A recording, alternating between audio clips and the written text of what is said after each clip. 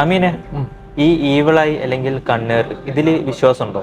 വിശ്വാസം ഉണ്ടോ എന്ന് ചോദിച്ചു കഴിഞ്ഞാൽ ഓഫ് കോഴ്സ് വിശ്വാസമുണ്ട്. എനിക്ക് അതിൽ ലൈഫിൽ എൻ്റെ എക്സ്പീരിയൻസ് തന്നെ നോക്കുമ്പോൾ എനിക്ക് പറയാൻ പറ്റും. അത് മാത്രമല്ല, നമ്മുടെ എല്ലാവരുടെയും മതഗ്രന്ഥങ്ങളിൽ വരെ ഈ ഒരു ഈവിളയെ പറ്റി പറഞ്ഞിട്ടുണ്ട്.